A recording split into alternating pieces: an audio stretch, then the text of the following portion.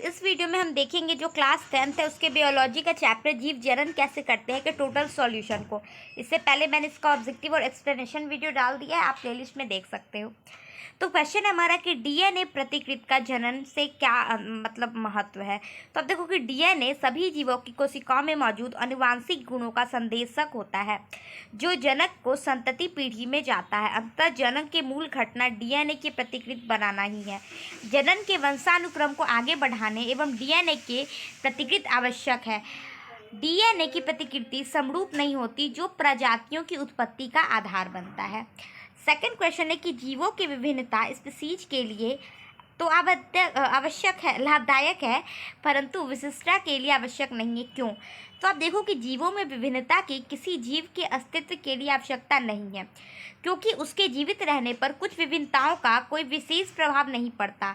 वह असमानता के आधार पर अधिक अनुकूल होता है। लेकिन डीएनए की दोनों प्रतिकृतियां बिल्कुल समान नहीं होती, उनमें कुछ न कुछ जो विभिन्नताएं हैं वो आई जाती है। देखो क्योंकि जहाँ कहीं भी रिप्रोडक्शन होता है वहाँ पे दो जीव लगते हैं, तो दोनों का अपना अपना डीएनए होता है, तो दोनों में विभिन्नताएं तो आएगी ही। जनन में होने वाले ये विभिन्नताएं अंततः कई स्पीशीज के विकास में योगदान देती है तथा जैव विकास का आधार बनती है। अतः विभिन्नताएं स्पीशीज के अद्भुत उद्भव और मतलब उनके जीवित रहने के लिए, मतलब उद्भव के लिए तो आवश्यक है लेकिन उनके जीवित रहने के लिए आवश्यक नहीं है। फिर 8.2 का क्वेश्चन है कि द्विखंडन और बहुखंडन से किस प्रकार भिन्न, मतलब जो द्विखंडन है और बहुखंडन है दोनों में क्या अंतर है, यही हमें बेसिकली बताना है।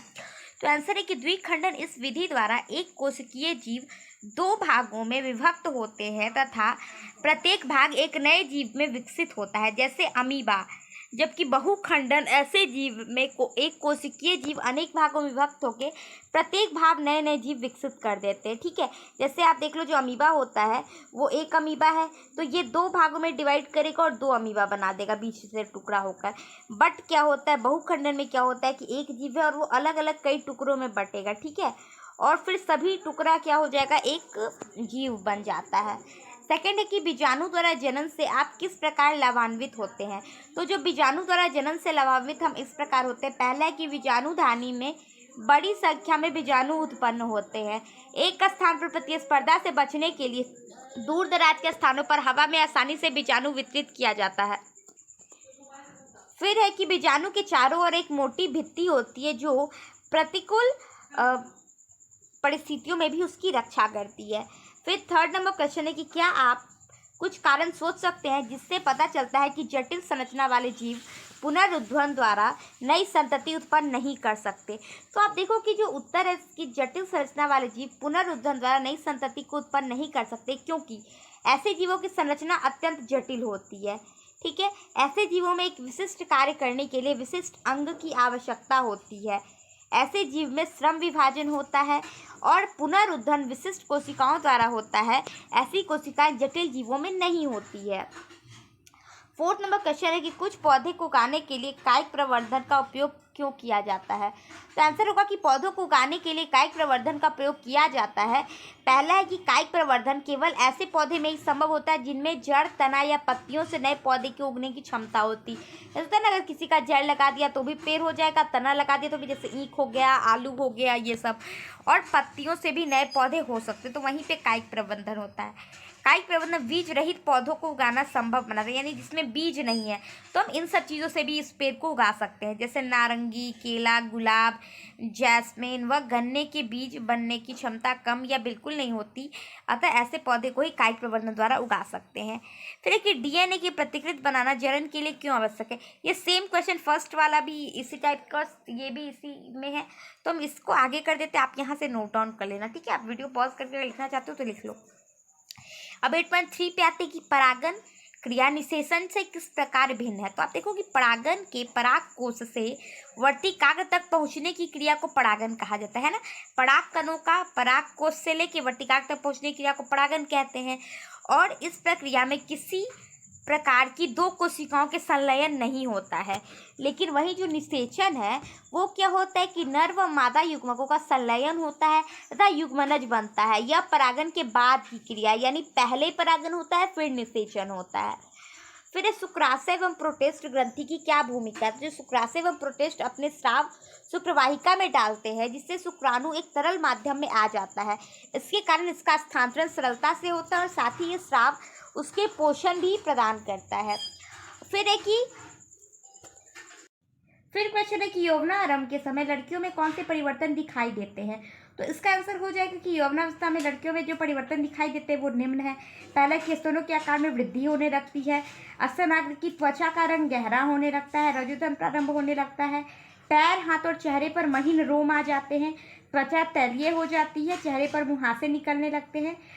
श्रोणी भाग चौड़ा और नितंब भारी हो जाता है। आवाज महीन एवं सुरीली हो जाती है।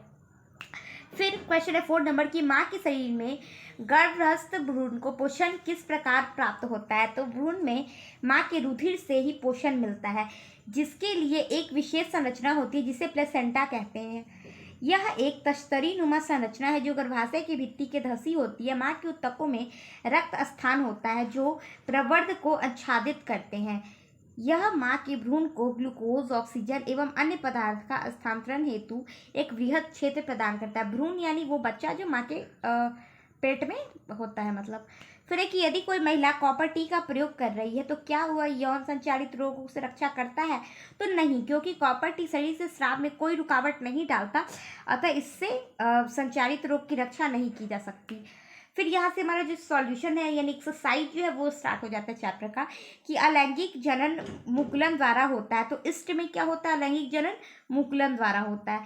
फिर कि निम्नलिखित में से कौन मानव में मादा जनन तंत्र का भाग नहीं है?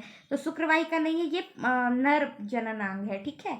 फिर पराग कोष में होता है, तो पराग कोष में परागकण होता है। फिर 4 नंबर क्वेश्चन है कि अलैंगिक जनन की अपेक्षा लैंगिक जनन से क्या लाभ है? तो अलैंगिक जनन की अपेक्षा लैंगिक जनन से लाभ निम्नलिखित है। पहला है कि जनन में जनन संतति में विविधता आती है। जीन में नए युग्मक बनते हैं जिसके कारण अनुवांशिक विविधता का विकास होता है और नए जीवों के विकास के लिए इनकी महत्वपूर्ण भूमिका होती है। फिर 5 नंबर क्वेश्चन है कि मानव के वृषण के क्या कार्य हैं? तो आप देखो कि वृषण का कार्य निम्नलिखित है। पहला कि शुक्राणु का उत्पादन करता है जिससे पिता के अगुणित गुणसूत्र विद्यमान रहते हैं। टेस्टोस्टेरोन हार्मोन का उत्पादन करता है जो लड़कों में यौनावस्था के लक्षणों को नियंत्रित भी करता है। फिर ऋतुस्राव क्या होता है? तो यदि अंडाणु को निषेचन नहीं होता तो वह एक दिन बाद नष्ट हो जाता है। गर्भाशय में निषेचन अंडाणु को प्राप्त करने के लिए अपने आप को तैयार करता है, लेकिन गर्भाशय की जिससे क्या होता है कि गर्भाशय की दीवार मोटी और स्पंजी हो जाती है, लेकिन निषेचन न होने पर ये धीरे धीरे टूटती है और रुधिर व म्यूकस के रूप में वो बाहर आ जाती है बॉडी से, और इसी जो प्रक्रिया है इसको हम लोग रजोदर्म या ऋतुस्राव कहते हैं। फिर है कि पुष्प के अनुदैर्घ्य काट का नामांकित चित्र बनाइए। तो जो फ्लावर्स है उसके हम लोग को अनुदैर्घ्य काट, उसको जब हम बीचों बीच बिल्कुल काटते हैं तो कैसा होता है? तो ये डायग्राम मैंने बनाया है, मतलब मैं यहाँ पे लगाया है, बनाया नहीं है। आप देख लो, अगर आपको ये बनाने नहीं आता था या फिर कोई भी एक ऐसा टॉपिक जो आपको नहीं समझ में आ रहा तो आप कमेंट करोगे, पार्टिकुलर हम उस टॉपिक पे छोटा सा वीडियो बनाकर आपको दे देंगे ताकि आपका जो भी डाउट है वो क्लियर हो जाए। और इसके जो पार्ट वगैरह ये सब आप याद कर लेना, ये मैंने पढ़ाया भी है चैप्टर में, सो अच्छे से आपको याद भी होना चाहिए। फिर है कि गर्भ निरोधन की विधियाँ, जो विभिन्न विधियाँ हैं या परिवार नियोजन का स्थायी विधियाँ कौन कौन सी, किन्हीं 2 पर संक्षिप्त टिप्पणी लिखिए। तो आप देखो ये जो क्वेश्चन है ना, ये मतलब 2010, 11, 12, 13, 14, 15 मतलब हर बार ही ये क्वेश्चन पूछा जाता है एग्जाम में। तो ये आप बहुत अच्छे से मतलब याद कर लेना, रट लेना, मतलब कि गर्भ निरोधन के लिए बहुत सी विधियों का विकास किया गया है जो निम्नलिखित है। पहला है अवरोधिक विधियाँ। इन विधियों में कॉन्डम, मध्यपट और मर्दाशय ग्रीवा आच्छादन का प्रयोग किया जाता है। यह संभोग के दौरान मादा जननांग के शुक्राणुओं को प्रवेश से क्या करती है? रोक देती है। फिर सेकंड होता है रासायनिक विधियाँ। इस प्रकार की विधियों में स्त्री गोलियां प्रयोग करती है। ये गोलियां मुख्यतः हार्मोन्स के बनी होती है जो अंडाणु को डिम्ब वाहिनी यानी जिसको हम लोग फिलोपियन नली कहते हैं उससे उत्सर्जन से रोक देती है। और थर्ड है शल्य यानी ऑपरेशन। शल्य या अस्थायी विधियाँ, इसमें क्या होता है कि पुरुष शुक्रवाहिका या स्त्री की डिम्ब वाहिनी नली के छोटे से भाग को शल्य क्रिया द्वारा काटकर बांध दिया जाता है और इसे ही हम लोग नॉर्मल भाषा में नर नसबंदी या स्त्री नसबंदी कहते हैं। 9 नंबर क्वेश्चन है कि एक कोशिका एवं बहुकोशिकीय जीवों की जनन पद्धति में क्या अंतर है? तो आप देखो कि एक कोशिकीय जीव में केवल एक ही कोशिका होती है, उनमें जनन के लिए अलग से कोई ऊतक या अंग नहीं होता, अतः उनमें जनन केवल द्विखंडन या बहुखंडन द्वारा ही हो सकता है, जैसे ईस्ट में मुकुलन द्वारा भी जनन होता है। वही जो बहुकोशिकीय जीव होते हैं उनका शरीर बहुत ही कोशिकाओं से बना होता है। इनमें जनन के लिए अलग अलग ऊतकों या जनन तंत्र होते हैं, अतः इनमें जनन लैंगिक व अलैंगिक दोनों प्रकार के होते हैं।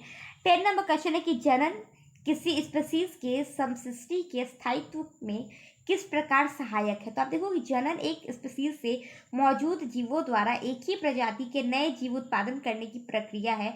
इसमें नई जो प्रजातियों को जन्म देकर समष्टि को स्थायित्व में सहायक है, क्योंकि एक प्रजाति के समष्टि के स्थायित्व के लिए जन्म दर मृत्यु दर के बराबर होनी चाहिए, है ना। ऐसा नहीं कि मतलब मृत्यु दर बहुत ज़्यादा और जन्म दर, मान लो कि 100 आदमी मर रहा है और उसमें 5 आदमी ही जन्म ले रहा है, वो भी बेकार हो जाएगा।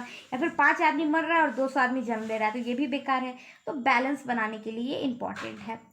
11 नंबर क्वेश्चन है कि वही 10 नंबर ऊपर लिखा हुआ है, 11 नंबर यहाँ पे है कि गर्भ निरोधक युक्तियां अपनाने के क्या कारण हो सकते हैं।